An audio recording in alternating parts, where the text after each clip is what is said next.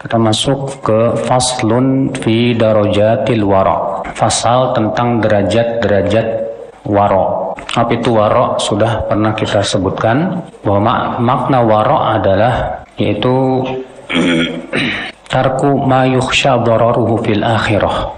Wara adalah meninggalkan sesuatu yang dikhawatirkan akan membahayakan akhirat kita. Itu wara. Ada yang mirip dengan wara namanya zuhud, dan perbedaannya juga tipis. Kalau zuhud artinya tarku ma la yanfa'u fil akhirah. Itu meninggalkan apa-apa yang tidak bermanfaat untuk akhirat kita. Maka semua yang tidak ada manfaatnya untuk akhirat kita tinggalkan, berarti kita zuhud. Mana yang lebih utama, wara atau zuhud? Jawabnya zuhud. Karena zuhud itu meninggalkan semua perkara yang tidak ada manfaatnya untuk akhirat kita. Sedangkan wara adalah meninggalkan semua yang dikhawatirkan akan membahayakan akhirat kita. Dan yang namanya sesuatu yang membahayakan tidak lepas dari makruh. Demikian pula apa? Haram. Ya. Nah, di sini beliau Al-Imam Ibnu Qudamah dalam Mukhtasar Minhajil Qasidin membagi sifat wara itu menjadi 4 bagian atau 4 derajat. Kata beliau, wal wara'u lahu darajatun arba'. Dan sifat wara itu memiliki 4 derajat. Ad-darajatul ula, derajat yang pertama dari sifat wara apa? Wahya darajatul udul an kulli ma taqtadil fatwa tahrimuhu.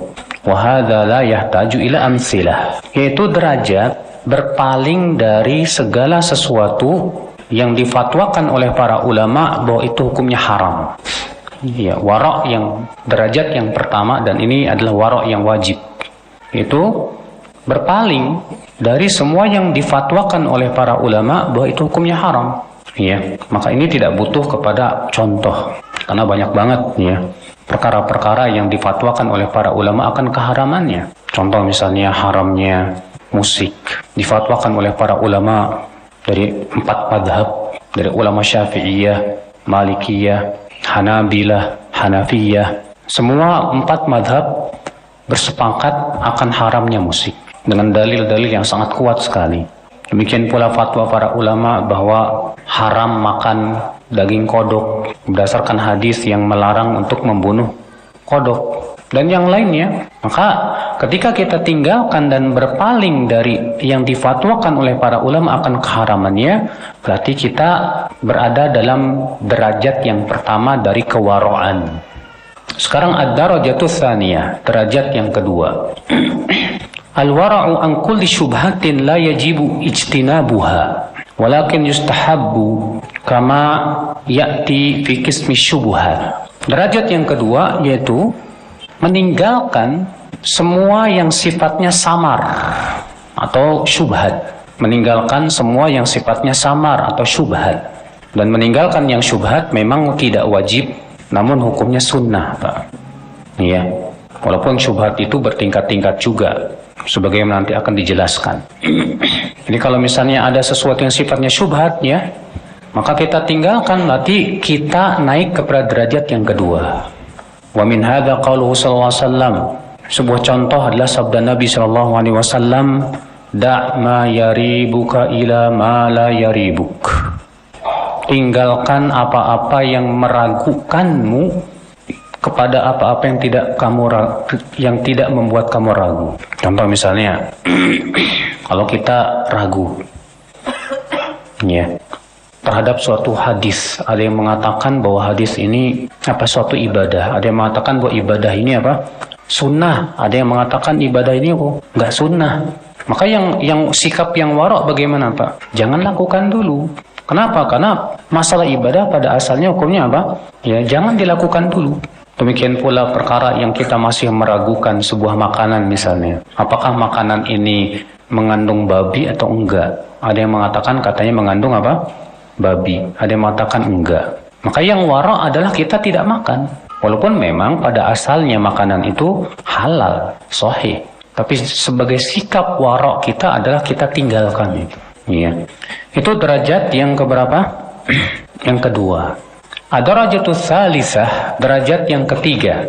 Al-wara'u an ba'dil halal makhafatal wuqu'i fil haram. Itu wara untuk meninggalkan sebagian yang halal karena takut jatuh kepada yang haram. Meninggalkan sebagian yang halal, ya, karena takut jatuh kepada apa? Takut jatuh kepada yang haram. Contoh bagaimana? Sesuatu yang sifatnya halal, yang bisa dikhawatirkan ini bisa menyeret kepada apa? Yang haram. Akhul Islam azani Allah wa iyyakum. Contoh misalnya kita tamasya, jalan-jalan ke suatu pantai. Tapi kita tahu di pantai itu ya campur baur lah laki-laki, perempuan, dan perempuan juga pakaiannya tahu sendiri gitulah. Kita khawatir ini kita tidak bisa meninggalkan atau tidak bisa mata kita untuk menundukkan apa? Pandangan gitu. Lalu kemudian udahlah saya nggak kesana lah. Iya. Kenapa? Karena kita takut mata kita tidak bisa dijaga. Kita takut kalau kita malah jatuh kepada yang haram, ya. Ad-darajatur rabi'ah, derajat yang keempat, al-wara'u an kulli ma laysa lillah wa huwa wara'us siddiqin. Apa itu derajat yang keempat? Dan ini derajat wara' yang paling tinggi, yaitu meninggalkan semua sesuatu yang bukan karena Allah dan bukan di jalan Allah. Dan ini kata beliau waroknya orang-orang yang siddiq.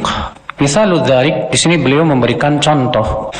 Marwiya an Yahya bin Yahya an-Nisaburi rahmatullahi alaihi annahu shariba dawaan. Faqalat lahu imra'atuhu law mashaita fi ad-dari qalilan hatta ya'mala ad-dawa'u. Faqala hadhi mishyatun la a'rifuha wa ana uhasibu nafsi منذ 30 sanah. Yahya bin Yahya an-Nisaburi rahimahullah, beliau itu gurunya Imam Bukhari, ya. Pernah minum obat, Pak. Kemudian istrinya berkata, kalau bisa kamu berjalan sebentar supaya obatnya itu berfungsi. Kata Yahya bin Yahya, ya, berjalannya itu saya nggak tahu dalilnya apa, katanya. Dan saya semenjak 30 tahun saya menghisab diri saya. Fahadha rajulun lam tahdhurhu niyatun fi hadhil mishyah tata'allaq fid din. Lihat Yahya bin Yahya ini, ya, beliau belum bisa menghadirkan niat karena Allah ketika berjalan, ya, setelah minum obat. Falam yuqdim alaih, sehingga beliau belum berani melakukannya.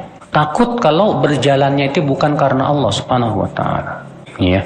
Ini adik-adik dipisah aja, jangan di situ. Pencar-pencar aja biar enggak ngobrol, ya. Kita berada di majlis ta'lim, enggak boleh ngobrol, ya adik-adik, ya. Kata beliau, tahqiqu fihi anna al-wara' lahu awwalun wa ghayah. Dan tahqiq tentang masalah wara', kata beliau, sikap wara' itu ada awalan dan ada tujuan. Wa bainahuma darajatun fil ihtiyat. Dan di antara kedua derajat tersebut ada beberapa derajat dalam kehati-hatian. Jadi sikap waro itu hakikatnya Pak, kehati-hatian. Makanya Nabi SAW, ya, menganggap bahwa sikap waro itu adalah sebaik-baik agama, Pak. Nabi mengatakan wa khairu dinikum al-wara'. Dalam hadis yang dihasankan oleh Syekh Albani rahimahullah dalam Sahih Targhib wa Tarhib. Nabi SAW bersabda wa khairu dinikum al-wara'. Sebaik-baik agama kamu adalah sikap wara'. Masya Allah. Kenapa? Karena wara' itu hakikatnya kehati-hatian. Hati-hati jangan sampai akhirat kita cacat gitu. Kadang kita tidak hati-hati, Pak. Ya, nonton YouTube, Facebookan dan yang lainnya. Akhirnya apa yang terjadi? Waktu kita habis buat nonton hal-hal yang enggak, bahkan terkadang qadarullah, ya, di situ kan ada tontonan-tontonan perempuan juga yang mempertontonkan aurat. Akhirnya kita malah membuat akhirat kita dan agama kita cacat. Akhul Islam azani Allah wa ya. Ini bahaya, ya. Kata beliau, fa kullama kana al-insanu ashadda tashdidan kana asra'a jawazan 'ala as-sirat. Seorang insan semakin kuat sifat waraknya, sifat kehati-hatian dalam agamanya, akhi, maka semakin nanti pada hari kiamat semakin cepat melewati jembatan sirat yang terbentang di atas api neraka. Kana asra' jawazan 'ala as-sirat wa akhaffu dhahran, dan semakin ringan punggungnya. Watatafawatul manazil fil akhirah bihasbi tafawuti hadhi darajati fil wara'. Bahkan perbedaan derajat penduduk surga dan perbedaan derajat manusia nanti di akhirat itu ditentukan oleh derajat waroknya dalam agama. Ya, derajat kehati-hatian dia dalam apa? Agama. Semakin dia hati-hati dalam agamanya, semakin dia tinggi derajatnya di sisi Allah Subhanahu wa taala. Semakin kurang hati-hati, enggak peduli dengan agamanya, semakin ia kurang derajatnya di sisi Allah Subhanahu wa taala. Nasallallahu salamata wal afiyah. Ya, kata beliau, kama tatafawatu darakatun nar fi haqqil zalamah bihasbi darajatil haram. Sebagaimana halnya juga ya, penduduk api neraka juga bertingkat-tingkat dalam api neraka, Pak. Disesuaikan dengan tingkatan keharaman yang mereka lakukan. Fa in syi'ta fazid fil ihtiyat wa in syi'ta fatarakhas. Maka jika kamu ingin mendapatkan derajat tinggi di sisi Allah, tambahkan sikap hati-hati kamu. Tapi kalau kamu tidak menginginkan derajat tinggi, ya silahkan kamu ya bermudah-mudahan dalam masalah ini. Falinafsika tahtatu wa 'alaiha tatarakhas. Ya, maka ketika kamu hati-hati itu keuntungan buat diri kamu. Dan ketika kamu bermudah-mudahan itu kebinasaan buat diri kamu. Subhanallah ya akhal Islam, azani Allah wa yakum. Makanya akhi, agar kita bisa berhati-hati ya, sebelum kita melakukan perbuatan penting sekali kita muhasabah. Muhasabah maksudnya apa, Pak? Maksudnya kita pikirkan dulu, kita pertanyakan dulu sebelum kita beraktivitas apapun, sebelum kita melakukan apapun, tanya dulu apa tujuannya. Ya. Nah, dengan cara seperti itu insya Allah. Makanya Al-Imam Ibnu Qayyim dalam kitab beliau, Masya Allah, yang berjudul Ighathatul Lahafan min Masaidi Syaitan, ketika beliau berbicara tentang muhasabatun nafs, muhasabah, introspeksi diri, dan betapa pentingnya introspeksi diri di dalam pembenahan jiwa. Beliau mengatakan bahwa muhasabah itu adanya di dua tempat. Yang pertama, qablal amal, sebelum beramal, sebelum berbuat. Perbuatan apapun yang hendak kita lakukan, sebelum kita lakukan, tanya dulu, introspeksi dulu. Ya. Kalau kita biasakan seperti itu, Masya Allah ya akhi, biiznillah, ya dengan izin Allah kita akan selamat.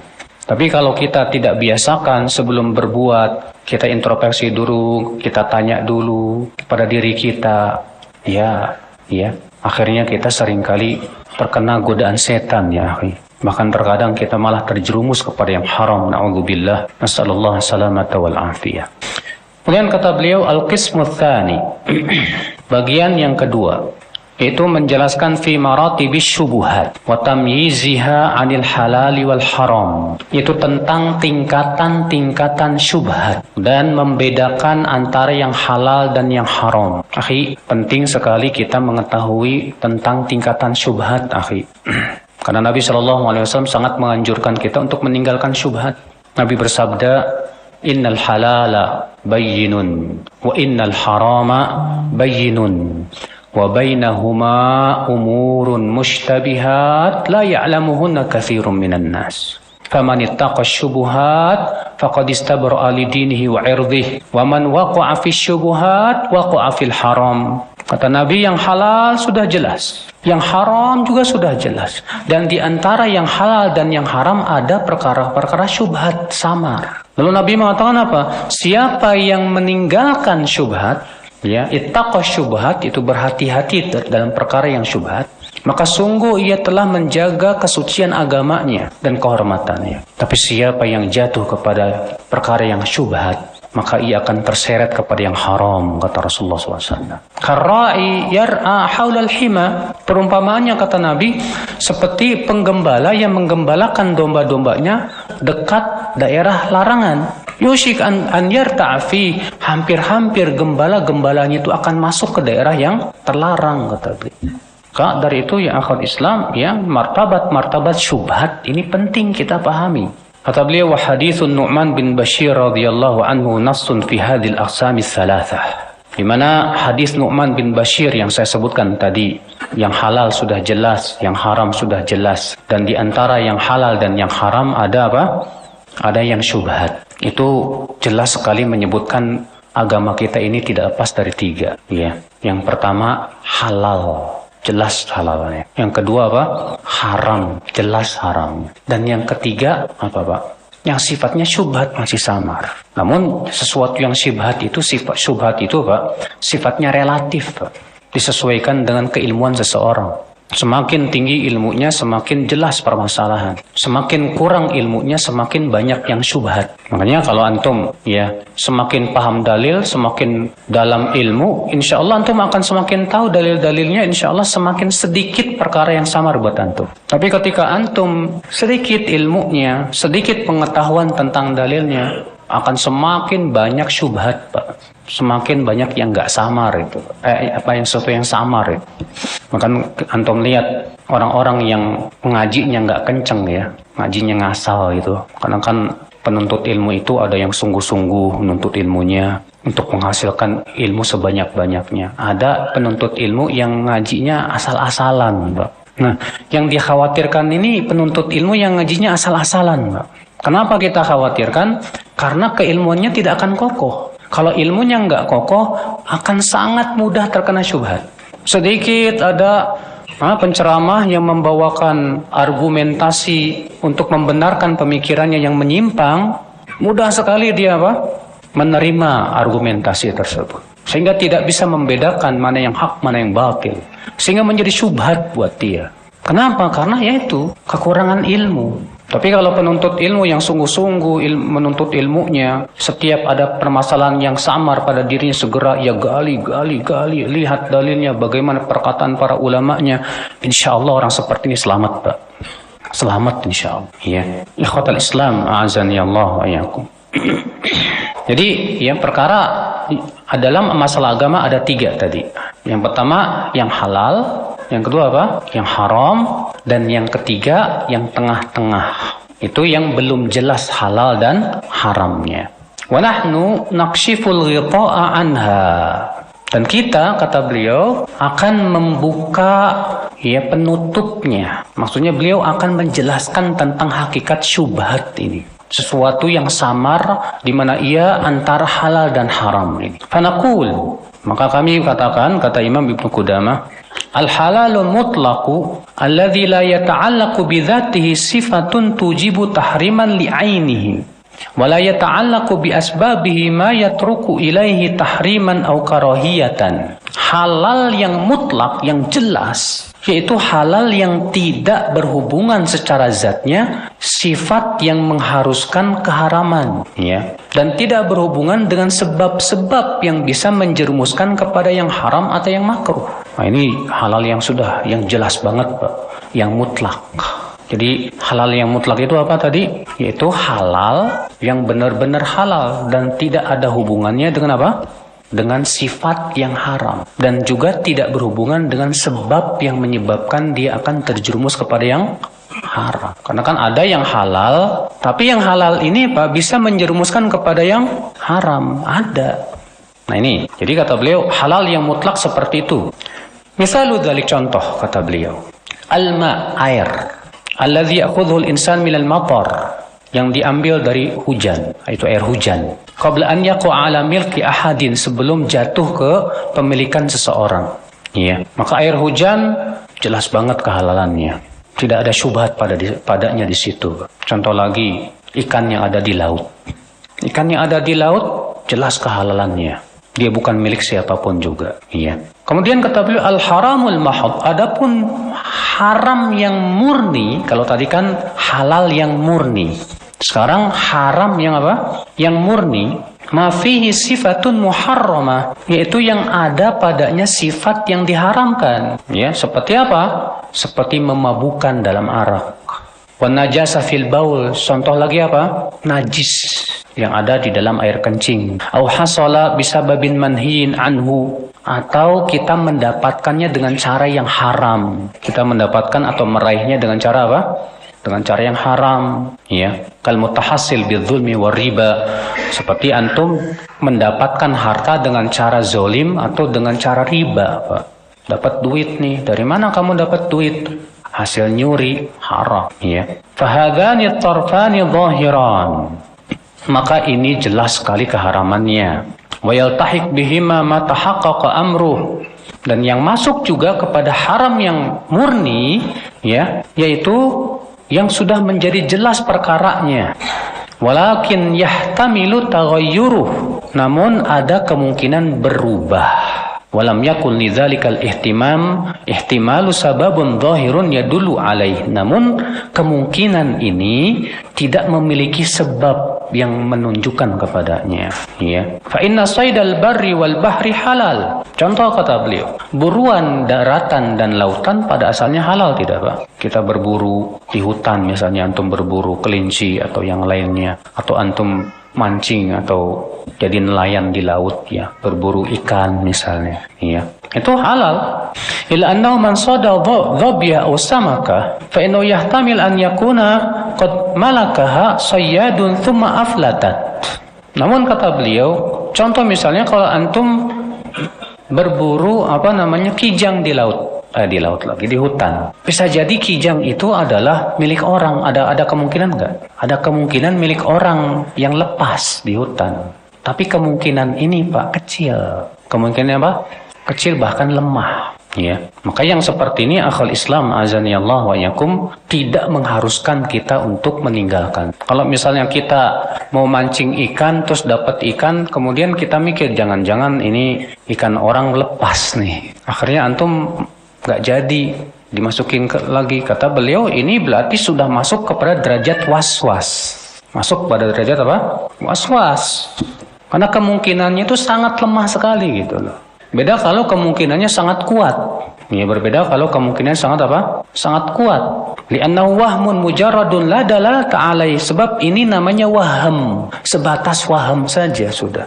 Ya, nggak ada dalilnya sama sekali, nggak ada buktinya sama sekali. Ya, kalau dalla alai dalil beda. Kalau memang ada bukti yang sangat kuat bahwa ini milik orang, ada dugaan yang kuat bahwa itu milik apa? Orang. Misal an yajida fi dhibyah jarhan la yaqdir alaih illa ba'da dhabt. Ya, kalkai. Contoh misalnya antum berburu kijang. Ternyata kijang itu ada tandanya. Biasanya kalau ada tandanya milik siapa? Sudah menjadi milik orang. Maka ketika kita melihat ada tanda, wah ini bukan milik saya ini. Ini sudah dimiliki orang ini. Maka pada waktu itu lebih baik kita tinggalkan. Ya, sebagai kehati-hatian. Nah, ini akal Islam azani Allah wa yakum. Kemudian kata beliau di sini memberikan definisi syubhat. Wa haddu syubhah. Dan batasan syubhat itu apa sih? Batasannya apa? Ma ta'arada fihi i'tiqadani sadara an syai'aini muqtadiyaini li'tiqadaini. Yaitu terjadi pertentangan antara dua keyakinan, Pak. Ya, yang muncul dari dua perkara yang menyebabkan ya adanya dua keyakinan itu. Jadi batasan syubhat apa tadi Pak? Yaitu pertentangan antara dua keyakinan halal dan keyakinan apa? Haram. Keyakinan ini benar dan keyakinan salah. Tabrakan nih Pak. Dan kita nggak tahu mana yang benar, mana yang salah, mana halal, mana haram. Ya. Kata beliau, wa misalatu syubhah katsirah. Dan contoh-contoh syubhat banyak. Contoh-contoh syubhat itu apa? Banyak. Wal muhimmu minha misalan. Namun yang paling penting itu ada dua contoh kata beliau. Al misalul awal, contoh yang pertama, asyakku fi sababil muhallil awil muharrim. Yaitu ragu tentang sebab yang menjadikannya halal atau sebab yang menjadikannya haram, ya. Ragu tentang sebab yang menjadikannya halal atau sebab yang menjadikannya apa? Haram. Dan ini ada 4 macam. Dan ini ada berapa macam, Pak? Ada 4 macam, ya. Macam yang pertama, an-na'ul awwal an yakuna al-hillu ma'luman min qablu. Sebelumnya kita sudah tahu ini hukumnya halal. Sebelumnya kita sudah tahu hukumnya apa? Halal. Tsumma yaqa'u syak fil muhallil. Kemudian terjadi keraguan tentang perkara yang membuatnya dia ya halal. Fa hadhi syubhatun yajibu ijtinabuha. Maka ini syubhat yang harus dijauhi. Wa yahrumul iqdamu 'alaiha, dan haram untuk dilakukan. Contoh, an yara saidan fayajrahuhu fayaqa'u fil ma. Dia ada orang berburu, Pak. Berburu apa? Misalnya berburu rusa. Lalu si pemburu ini memanahnya, dipanah, kena. Lalu si rusa ini lari, jatuh ke air. Jatuh ke mana? Ke air.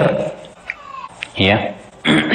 Fayusadifu maitan. Apa yang terjadi? Matilah si rusa ini. Wala yadri hal mata bil gharqi aw bil jarhi. Dan dia tidak tahu rusa ini matinya karena panah kita atau karena tenggelam di dalam air. Paham tidak, Pak? Kita tidak tahu. Ini rusa yang saya panah ini matinya kenapa ya? Maka pada waktu itu apa? Fahadha haram. Maka ini hukumnya apa? Haram. Ya, li'annal asla at-tahrim. Karena pada asalnya yang berhubungan dengan masalah daging itu hukumnya apa? Haram. Perhatikan baik-baik ini, Pak. Ya, antum nembak burung, jatuh burungnya ke air, matilah burung tersebut. Dan antum nggak tahu ini matinya karena tembakan antum atau karena apa? Kejebur di air. Maka yang seperti ini wajib tinggalkan, kata beliau. Nggak boleh dimakan, nggak boleh. An-naw'u tsani, macam yang kedua. An ya'rifal hil wa yashukku fil muharram. Dia mengetahui kehalalan, tahu halalnya, punya ilmu dia tentang kehalalannya, tapi dia ragu tentang keharamannya, ya. Fayakunul aslu fil hil. Maka pada waktu itu kita ambil pada asalnya itu halal. Pada asalnya hukumnya apa? Halal. Wal hukmulah, dan kita hukumi itu hukumnya halal. Kama law tara ta'irun, contoh kata beliau, kalau burung terbang. Ada burung apa? Terbang. Faqala rajulun in kana hadza ghuraban famra'atu tariq. Lalu ada orang berkata, kalau ini burung gagak, maka istri saya cerai. Contoh aja, Pak, contoh, Pak. Walaupun memang contohnya agak ekstrim ini, Pak. Iya. Jadi ada burung terbang, lalu ada seorang laki-laki berkata, kalau ini burung gagak, maka istri saya cerai. Wa qala akhar wa illam yakun ghuraban famra'atu taliq. Yang satu lagi berkata, kalau ini bukan burung gagak, maka istri saya cerai. Tsumma tabasal amru. Kemudian tidak jelas ini gagak atau bukan. Kayaknya gagak, tapi kayaknya bukan. Terjadi keraguan. Fa inna la naqdi bit tahrim fi wahidin minhuma. Maka kita tidak hukumi cerai. Kita tidak hukumi apa? Cerai. Ya.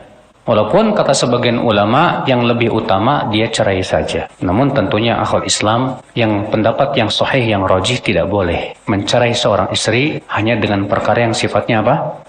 Ragu. Kenapa? Karena pada asalnya cerai itu hukumnya haram, Pak. Dalil yang menunjukkan bahwa cerai itu hukumnya haram pada asalnya apa, Pak? Hadis bahwa Nabi SAW bersabda, inna iblis wada'a arsyahu 'alal ma'. Bahwa iblis itu meletakkan singgasananya di atas apa? Air. Dalam satu ayat yang lain, iblis meletakkan singgasananya di atas laut. Faba'atha sarayah, lalu kemudian iblis pun mengirimkan pasukan-pasukannya.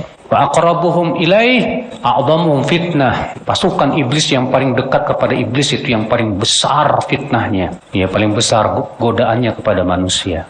Qala ahaduhum, salah satu mereka pasukan iblis ada yang berkata, fa'altu fa'kadha wa kadha, aku sudah melakukan ini dan ini.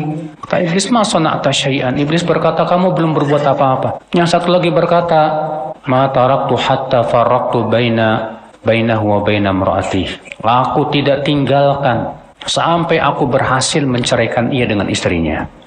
Maka kemudian iblis pun mendekatkannya dia dan berkata, kamu sebaik-baik pasukanku. Sehingga kata Syekhul Islam Taimiyah dalam Majmu' Fatawa, atas dasar hadis ini menunjukkan bahwa apa? Bahwa cerai itu pada asalnya apa? Haram. Kenapa? Karena cerai itu tujuan iblis terbesar, ya, dari rumah tangga. Ikhwata Islam, azani Allah wa iyyakum.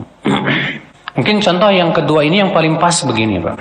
Kalau antum mendapatkan makanan, ya, kemudian antum tahu makanan ini halal. Kemudian setelah itu antum terjadi keraguan karena gara-gara ada sebagian orang mengatakan katanya ini mengandung gelatin babi. Sehingga akhirnya terjadilah di situ apa? Keraguan. Padahal sebelumnya antum sudah tahu ini hukumnya apa? Halal. Maka yang seperti ini akhul Islam, ya, kita hukumi apa? Halal. Kenapa? Karena pada asalnya yang berhubungan dengan makanan itu hukumnya apa? Halal. Tapi kalau misalnya dia mau hati-hati, warok, dia cari makanan lain yang jelas halal, itu lebih baik. Iya. An-naw'u tsalits, macam yang ketiga. Macam yang keberapa? Yang ketiga. An yakunal aslu at-tahrim. Sesuatu itu pada asalnya haram. Walakin tar'a ma yujibu tahlil bidhannin ghalibin fahuwa mashkukun fihi wal ghalibu hilluhu. Namun kemudian ada sebab yang menyebabkan dugaan kuat itu halal, ya. Maka ini sebetulnya masih ada keraguan tapi dugaan kuat kehalalannya. Misalu an yarmiya ila saydin fayaghibu anhu. Contoh, seseorang memanah binatang buruan, dipanah sama dia, lalu binatang buruannya pergi dan hilang. Summa yudrikuhu maitan, kemudian ia cari setelah keesokan harinya ketemu. Walaysa alai atharun siwa sahmihi, dan ternyata matinya di darat dan tidak ada bekas kecuali bekas panahnya saja. Tidak ada bekas panah orang lain ataupun bekas gigitan harimau ataupun yang lainnya. Fahadha adh-dhahiru fihi al-hil. Maka yang seperti ini yang kuat adalah halal.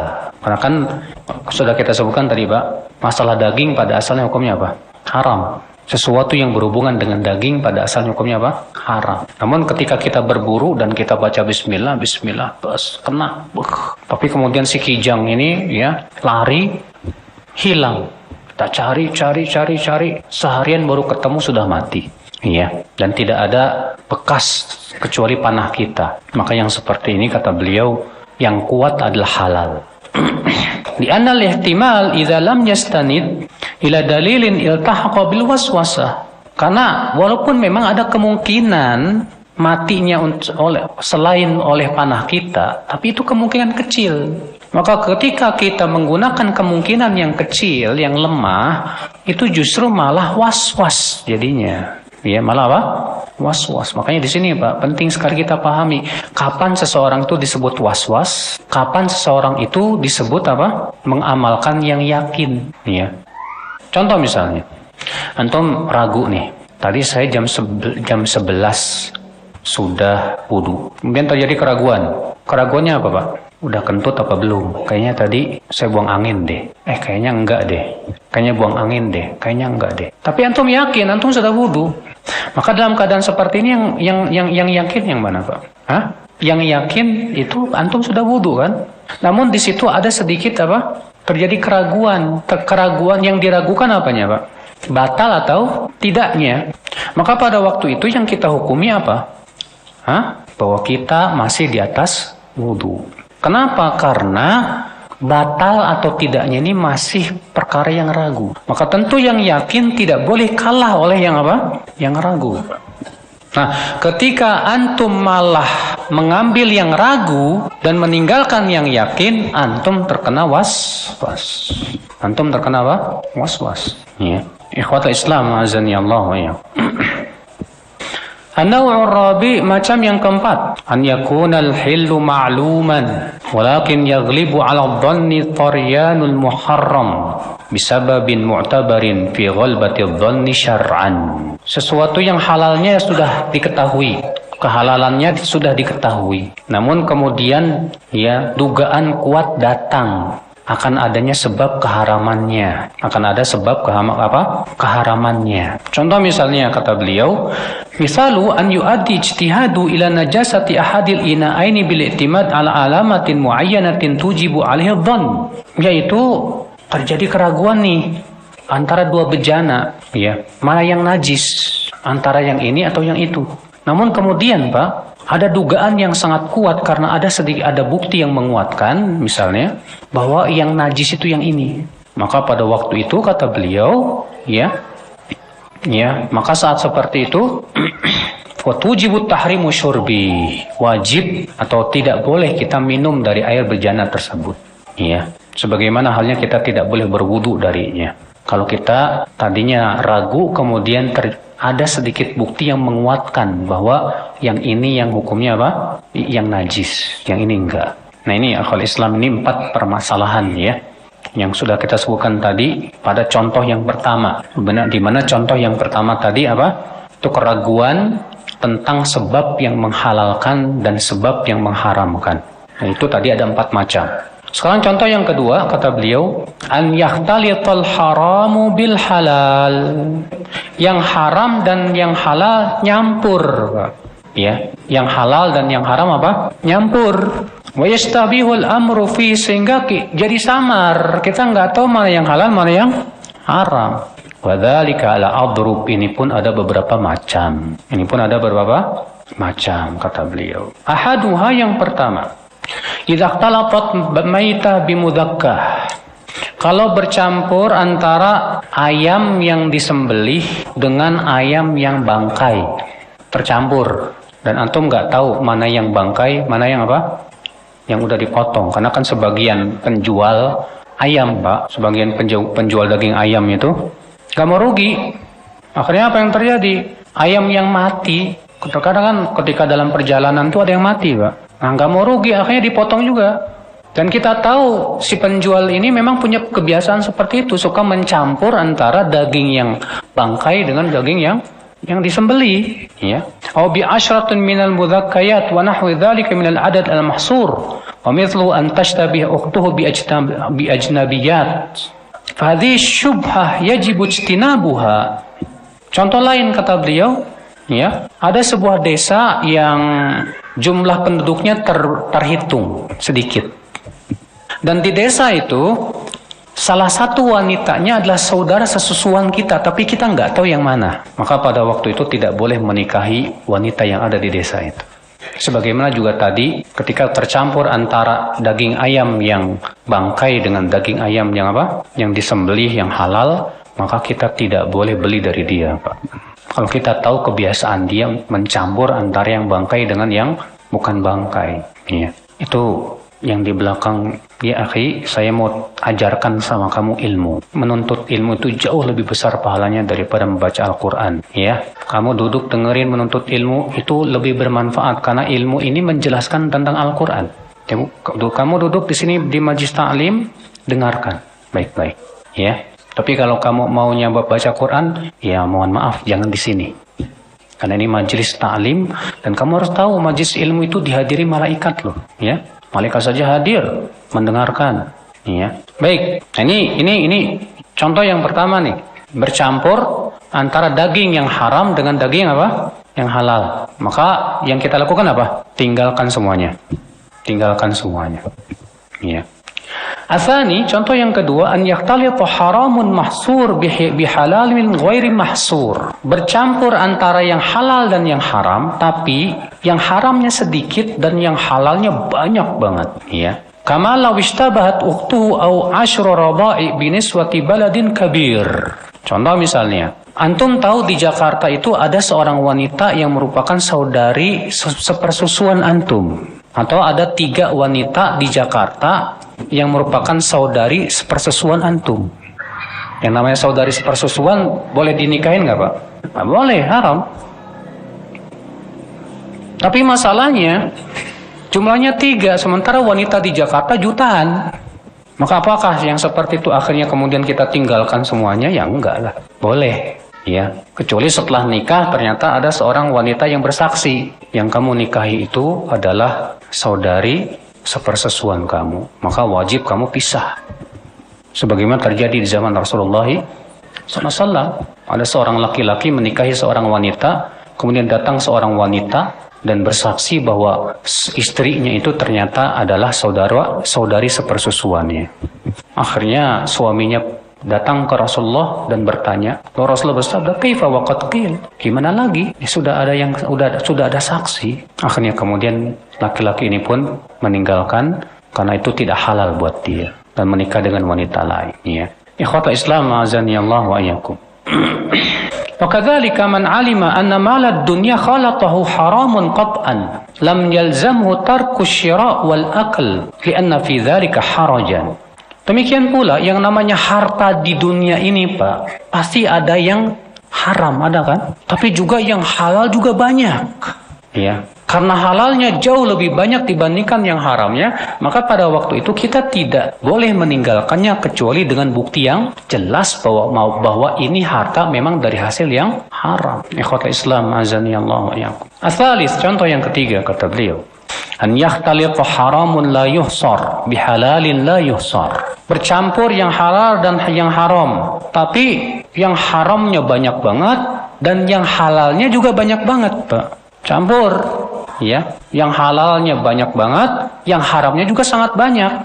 Ka hukmil amwali fi zamanina hadza fala yahrum bihadzal ikhtilat tanawulu syai'in bi'aini. Seperti halnya kata beliau harta-harta yang ada di zaman kita. Itu di zaman Ibnu Qudamah, gimana di zaman kita lah, Pak. Ya. Maka pada waktu itu kata beliau tidak haram hukumnya ya untuk menggunakan harta-harta yang ada di zaman sekarang ya, karena kita sudah tahu tentu di zaman sekarang, Pak, tidak lepas dari apa? Riba. Ya. Dari percikan-percikan riba tuh. Ya, maka ya akhwat Islam azani Allah wa yakum, maka saat itu ya kita makan aja, kecuali kalau sudah jelas ada bukti yang kuat bahwa ternyata ini ya haram, maka pada waktu itu nggak boleh dimakan.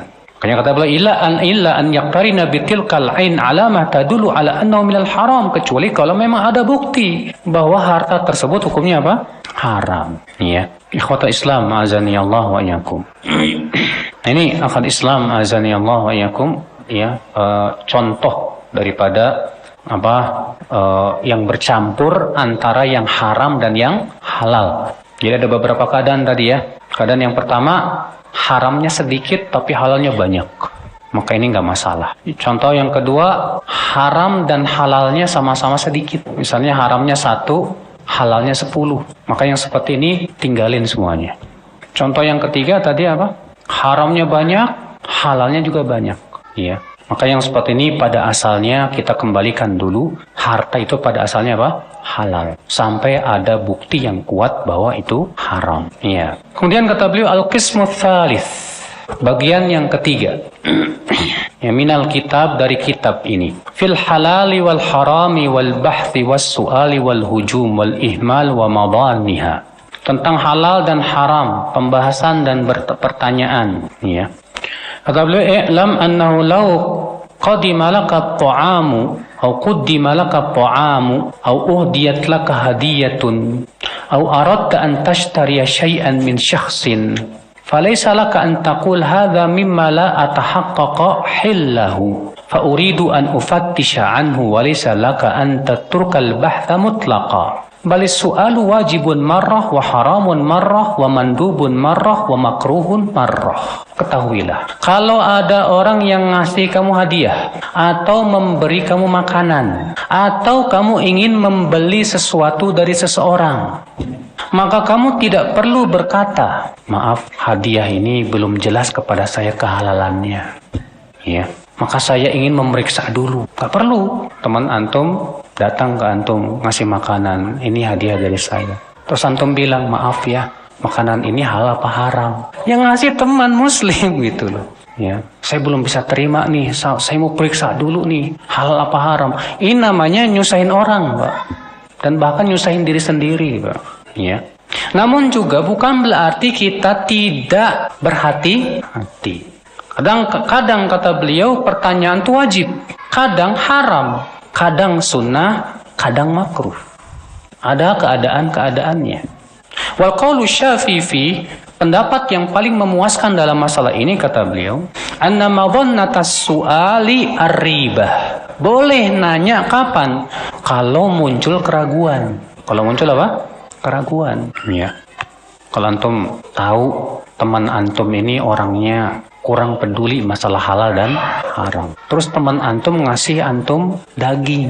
Sementara antum tahu teman antum ini orangnya nggak peduli dengan halal dan haram. Seperti ini menimbulkan keraguan nggak, Pak? Menimbulkan keraguan. Boleh nggak kita nanya? Boleh, nggak masalah. Afwan akhi, ya syukron hadiahnya. Cuman kalau boleh tahu beli di mana? Ya, terpaksa kita tanya karena kita tahu sifat orangnya itu nggak peduli sama halal dan haram. Iya. Tapi kalau antum punya teman yang antum tahu dia udah ngaji, udah paham hal dan haram, gak perlu lagi nanya seperti itu. Ikhwata Islam azani Allah wa ya. Contoh lagi, Pak. Kalau antum beli ayam, chicken, apa sih yang digoreng itu, Pak? Fried chicken. Iya. Dan antum tahu ini tokonya milik orang Yahudi. Dan kita tahu bahwa sembelihan orang Yahudi pada asalnya hukumnya apa? Halal. Allah yang menghalalkan dalam Al-Quran. Wa ta'amul ladzina utul kitab halal lakum, dan sembelihan ahli kitab halal buat kalian. Apalagi orang Yahudi. Orang Yahudi itu Pak sangat hati-hati dalam masalah sembelihan, ya. Dibandingkan orang Nasrani jauh. Orang Yahudi itu dalam masalah sembelihan mereka sangat hati-hati. Nah, pada waktu itu kalau kita tahu misalnya ini milik orang Yahudi, ya, nggak perlu lagi kita nanya, Mas, ini daging ayamnya dari mana? Halal apa haram? Nggak perlu. Atau misalnya antum beli ya fried chicken dari toko yang milik seorang Muslim yang kita tahu dia Muslim yang taat. Nggak perlu lagi nanya. Ya. Nah, ini akal Islam, azani Allah wa iyyakum. Jadi kapan boleh nanya? Tadi kalau muncul apa? Keraguan. Wahia tahsulu imma min amrin yata'allaqu bil mali aw bi sahibil mal. Keraguan itu muncul biasanya berhubungan dengan hartanya atau pemilik harta. Ya, barang dagangannya atau pemilik barang dagangan. Amma ma yata'allaq bi sahibil mal fa nahwa an yakuna majhulan. Ya, adapun kalau berhubungan dengan pemiliknya, karena kita nggak tahu bagaimana agama dia, bagaimana apa dia. Wa alladhi laysa alaihi qarinah tadullu ala dhulmi kazil ajnad wala ala salahihi kafiyabi ahli ilmi wa zuhd. Fa huna la yajibu su'al wa la yajuz. Nah, kalau kita nggak tahu nih Pak, dia ini orang soleh atau bukan, tapi kita tahu dia Muslim, tapi kita nggak tahu nih orang soleh atau bukan. Ya, pakaiannya biasa-biasa aja. Maka kata beliau, saat seperti ini tidak perlu bertanya, bahkan tidak boleh. Ya. Lianna fihi haqqul muslim wa idza'uhu. Sebab kalau seperti ini kita meriksa dulu orangnya gimana nih, soleh apa enggak. Ini sama saja mencari-cari apa? Aib dia, nggak boleh, ya. Wala yuqalu li hadza innahu masykukun fi. Yang seperti ini tidak boleh dikatakan ini masih meragukan, nggak boleh. Li'anna al-mashkuka fihi huwa allazi tahsulu fihi al-ribah bidalalah. Karena sesuatu yang ragu itu kalau ada bukti, kalau ada sesuatu yang menyebabkan itu ragu, ya. Contoh misalnya, mislu an yakuna ala khilqatil atraq. Contoh misalnya Pak, penjualnya ini atau pemiliknya ini penampilannya kok kayak orang kafir. Penampilannya kayak apa? Orang kafir. Ini Muslim apa kafir ya? Jadi bingung saya, ya. Ikhwatul Islam, azani Allah wa iyyakum. Fahada ya, kata beliau, misal an yakuna ala khilqatil atraq wa ahlul bawadi al ma'rufina bidzulm wa qat'it tariq fahada yajuzu muamalatuhu li anna al yad tadullu ala al milk wa hadhihi dalalat dhi'af illa anna turk min al wara' illa anna tarka min al wara', ya. Kata beliau, maka yang seperti ini kalau misalnya kita masih ragu, ini kok gayanya kayak orang kafir, maka seperti ini kata beliau apa? Boleh kita bermuamalah enggak dengan orang seperti ini? Boleh. Iya. Dan ya, kita boleh membeli darinya? Boleh, kata beliau. Kenapa? Karena belum ada bukti yang menunjukkan ya tentang keharamannya dan ketidakbolehannya. Walaupun kata beliau memang kalau mau hati-hati warok, kita tidak beli dari dia lebih baik. Sehingga ini hukumnya kepada masalah apa? Kewaroan, namun itu tidak wajib. Iya. Ikhwatul Islam, azani Allah wa iyyakum. Kemudian beliau memberikan contoh lain ya, yang berhubungan dengan bercampurnya yang halal dan haram, namun sudah kita sebutkan tadi dan sudah dibahas tadi oleh beliau sebetulnya ya. Maka kita langsung saja kata wa'lam anna su'ala innama yaqa'u li ajli riba fala yanqati'u illa min haitsu tanqati'u ribah al-mufdiyah lahu. Ketahuilah bahwa bertanya itu akibat karena ada keraguan, maka tidak terputus sampai hilangnya keraguan, ya. Artinya sudah kita sebutkan tadi, boleh bertanya, boleh memeriksa tentang halal atau tidaknya kalau memang muncul keraguan, dan keraguan ini tetap ada sampai pertanyaan ini tetap boleh sampai hilangnya keraguan, ya. Bi alla yakunal mas'ulu muttahaman fa in kana muttahaman wa alimta anna lahu gharadan fi hudurika aw qabuli hadiyatihi fala thiqata biqaulihi ya wa yanbaghi an yas'al ghairah, ya. Seperti misalnya kata beliau, yang ditanya ini tertuduh ya tidak tertuduh, belum ada bukti yang menunjukkan dia itu ya orang yang tidak bisa dipercaya. Beda kalau misalnya dia tertuduh, ya ada bukti yang menunjukkan bahwa dia ada tujuan-tujuan yang enggak-enggak. Sehingga kita tidak bisa mempercayai ucapannya. Maka pada waktu itu boleh kita tanya yang lainnya, orang lain yang lebih paham tentang masalah itu, kata beliau. Iya. Al-Qismur Rabi, bagian yang keempat, fi babil halali wal haram, itu tentang bab halal dan haram. Wa kaifiyatu khurujit taib anil madzalim al-maliyah, tentang bagaimana orang yang bertaubat dari harta yang haram itu. Kata beliau, i'lam anna man taba wa fi yadihi malun mukhtalitun fa alaihi tamyizul harami wa ikhrajuhu. Ketahuilah bahwa orang yang bertaubat dan ia memiliki harta yang bercampur antara yang halal dan yang haram. Jadi ada orang bertaubat, Pak, sementara hartanya nyampur. Ada harta yang haram, ada harta yang halal. Maka wajib ia memisahkan antara yang haram dan yang halal tersebut. Dan ia mengeluarkan yang haram. فَإِنْ كَانَ مَعْلُومَ الْعَيْنِ فَأَمْرُهُ سَهْلٌ. Kalau harta yang haram ini jelas, maka ini mudah, ya. Wa in kana multabisan mukhtalitan, tapi kalau enggak jelas mana yang haram mana yang halal, fa in kana min dawatil amthal kal hububi wan nuqudi wal adhan wa kana ma'lum al qadar muyiza dzalikal qadar. Tapi ada yang semisal, contoh misalnya masa uang, ya. Antum tahu misalnya uang antum itu tercampur antara uang yang halal dan uang yang haram. Tapi nggak tahu uang yang mana yang haram. Tapi antum tahu jumlahnya berapa. Jumlah uang yang haram saya adalah sekitar 10 juta. Maka keluarkan 10 juta itu. Iya. Fa in ushkila alai, tapi kalau misalnya bukan berbentuk uang dan sulit sekali untuk dibedakan mana, ya, untuk antum ketahui mana yang halal mana yang haram. Maka ini ada dua cara. Cara yang pertama, al-akhdhu bi ghalibil dhann, yaitu mengambil dugaan yang kuat. Antum punya beberapa tanah dan antum tidak tahu tanah mana yang haram. Maka cukup antum ada dugaan kuat, yang tanah ini yang haram dulu, yang saya ambil hasil korupsi. Ya. Wathani, cara yang kedua kata beliau, al-akhdhu bil yaqin, itu mengambil sesuatu yang yakin. Wahwal wara, yaitu sifat wara. Ya. Dan tentunya untuk sampai kepada derajat yakin akhul Islam, ini membutuhkan kepada bukti-bukti yang sangat kuat. Ya. Fa idza akhrajal mal al haram fa in kana lahu malikun muayyan wajaba sarfuhu ilaihi aw ila warithihi. Kalau harta haram ini sudah kita keluarkan dan kita tahu harta ini milik orang dan kita tahu orangnya, Pak, maka wajib dikembalikan kepada pemiliknya. Wajib dikembalikan kemana? Ke pemiliknya.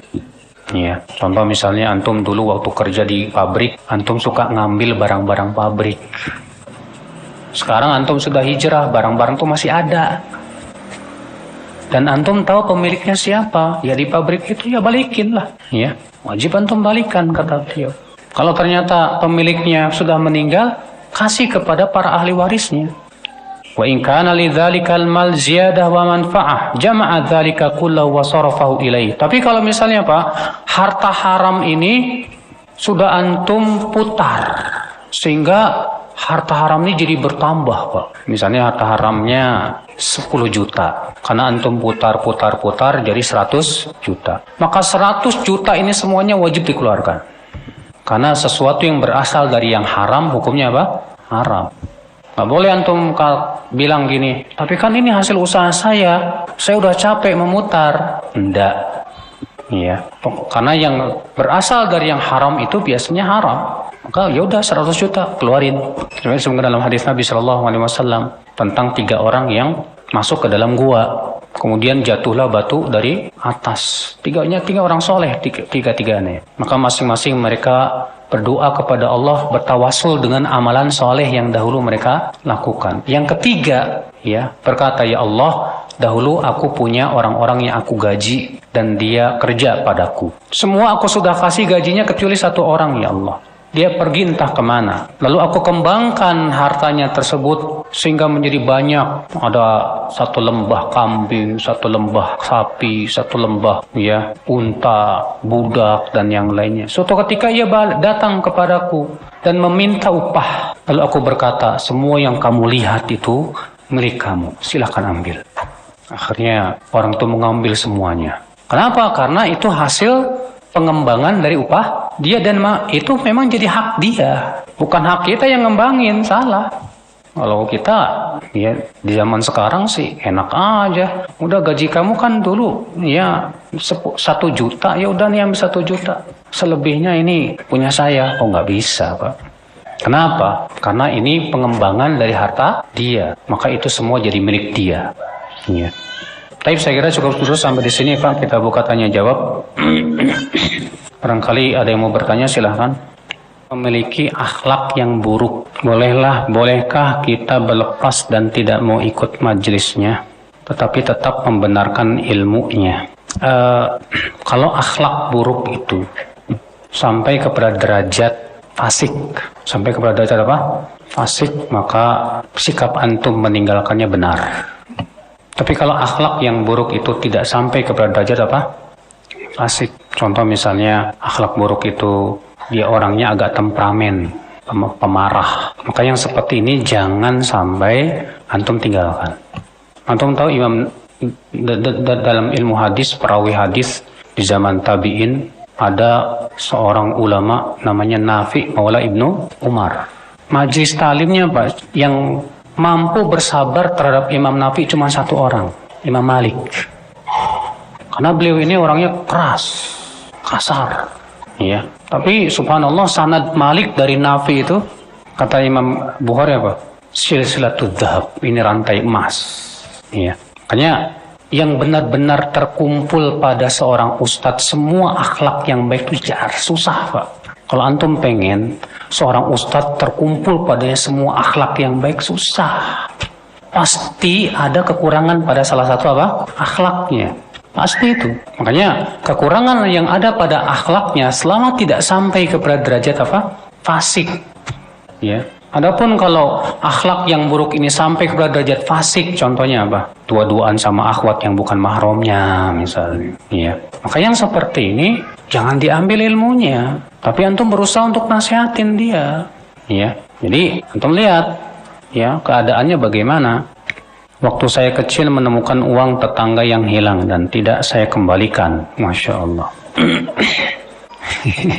Setelah 30 tahun lebih baru saya kembalikan. Asalnya sih 25 rupiah. Lalu saya kembalikan 100.000. Bagaimana hukumnya? Bagus. Antum kembalikan 100.000 nih. Ya. Berarti selebihnya apa? Pahala buat antum. Ya. Namun Pak, barang temuan itu kalau kita tahu pemiliknya wajib apa? Dibalikan. Tapi kalau kita menemukan suatu barang dan kita tahu barang tersebut tidak bernilai menurut pemiliknya, boleh kita langsung miliki? Gak masalah. Di jalan, antum lagi jalan nih, tahu-tahu ada duit 1.000 perak. Duit 1.000 di zaman sekarang saya yakin juga pemiliknya gak bakal nyari-nyari, Pak. Gak perlu antum injek dulu lihat kanan kiri, Pak. Ambil aja, kantongin, nggak masalah. Ya. Beda kalau harta tersebut bernilai dan pemiliknya pasti mencari. Kalau uang yang haram itu, Ustadz, disalurkannya kemana? Syekh bin Baz mengatakan uang yang haram disalurkan untuk perkara-perkara kepentingan umum, jalan umum, WC umum. Kalau Syekh Jibrin pendapatnya bahwa uang yang haram boleh diberikan kepada fakir miskin yang sangat membutuhkan. Iya. Loh, itu kan uang yang haram. Iya, memang haram. Tapi kan keharamannya itu ya bukan secara ainnya, Pak. Karena kan yang uang haram itu haramnya ada 2. Ada haramnya karena akadnya. Ada haramnya karena memang ainnya haram. Adapun yang akad, misalnya uang tersebut jadi haram gara-gara akadnya akad riba. Paham tidak, Pak? Maka sebagian ulama mengatakan ketika ada akad yang halal menjadi halal. Contoh misalnya, antum bermuamalah ribawi, dapat uang riba. Haram buat antum kan? Boleh nggak saya kemudian orang ini antum mengasih hadiah kepada fakir? Udah saya berikan aja kepada fakir miskin lah. Sebagian ulama seperti Syekh Jibril makan boleh. Kenapa? Karena akad antum dengan dia halal. Itu hibah, ngasih. Sementara sebagian ulama lagi mengatakan tidak boleh diterima kecuali kalau memang dia sangat membutuhkan. Kalau tahu itu uang riba. Karena firman Allah mengatakan wadaru ma baqiya minar riba, tinggalkan semua yang tersisa dari apa? Riba. Iya. Syekh Jibril mengatakan uang haram boleh disalurkan kepada apa? Fakir miskin dan kemaslahatan kaum muslimin berdasarkan perbuatan Umar bin Khattab yang mengambil jizyah dari orang-orang Majusi. Di mana orang Majusi mereka banyak yang usahanya haram dan mereka membayar jizyah kepada Umar, dan uang-uang jizyah dari orang-orang Majusi itu di zaman Umar dipergunakan untuk kemaslahatan kaum muslimin. Ya. Bagaimana kalau suami menafkahi istri dengan harta yang belum jelas? Dalam artian setiap ditanya asal hartanya dari mana selalu menjawab gak perlu tahu. Ya memang istri gak perlu tahu. Kenapa? Karena pemberian suami wajib kepada istri dan istri berhak mendapatkan nafkah dari siapa? Maka bagi istri halal. Tapi bagi suami kalau ternyata itu pendapatannya haram buat suami. Tapi buat istri halal. Kecuali kalau istri tahu suaminya perampok. Ngambil dapat hartanya dari hasil apa? Merampok. Wajib dikembalikan tuh kepada pemiliknya. Nggak boleh diambil. Ya. Maka kalau misalnya istri bertanya, Mas, saya kan pengen tahu kamu tuh kerjaannya apa, halal apa haram. Boleh nggak pertanyaan seperti itu? Boleh, nggak masalah. Iya, supaya jelas statusnya. Nah sekarang jadi masalah kalau istri tahu, ya suaminya kerja di lembaga yang haram, sementara si istri juga nggak kerja dan mengandalkan apa? Gaji suaminya. Maka yang seperti ini istri boleh nggak mengambil, Pak? Boleh, nggak masalah. Iya.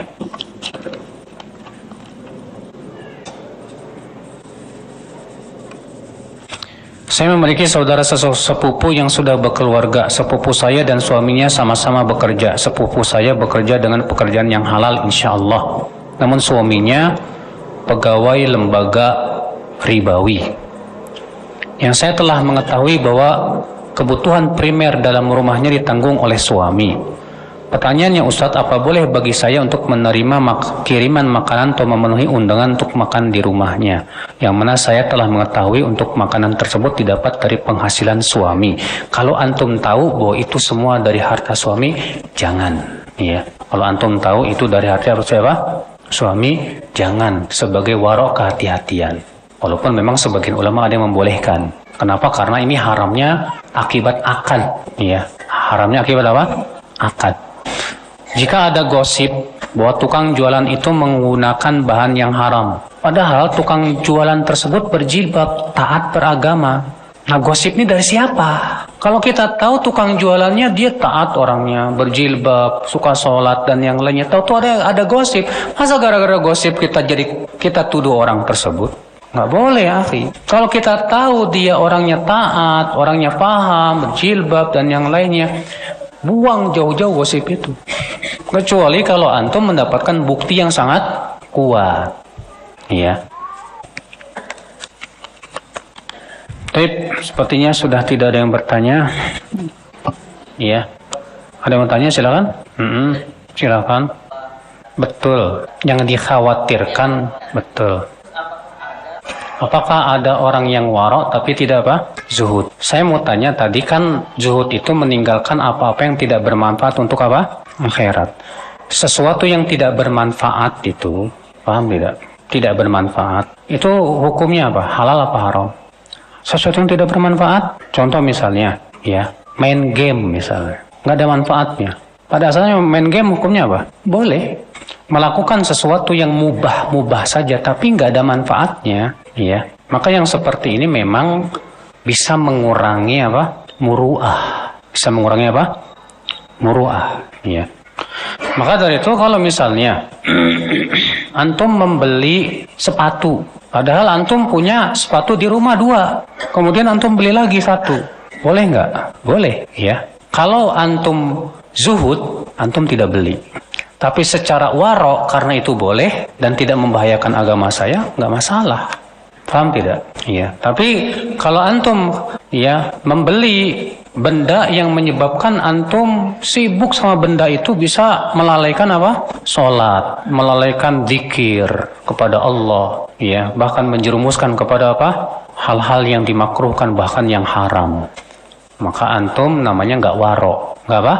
Nggak waro, ya. Memang tipis banget perbedaan antara apa? Waro dan apa? Zuhud tersebut. Nah, paham akhi?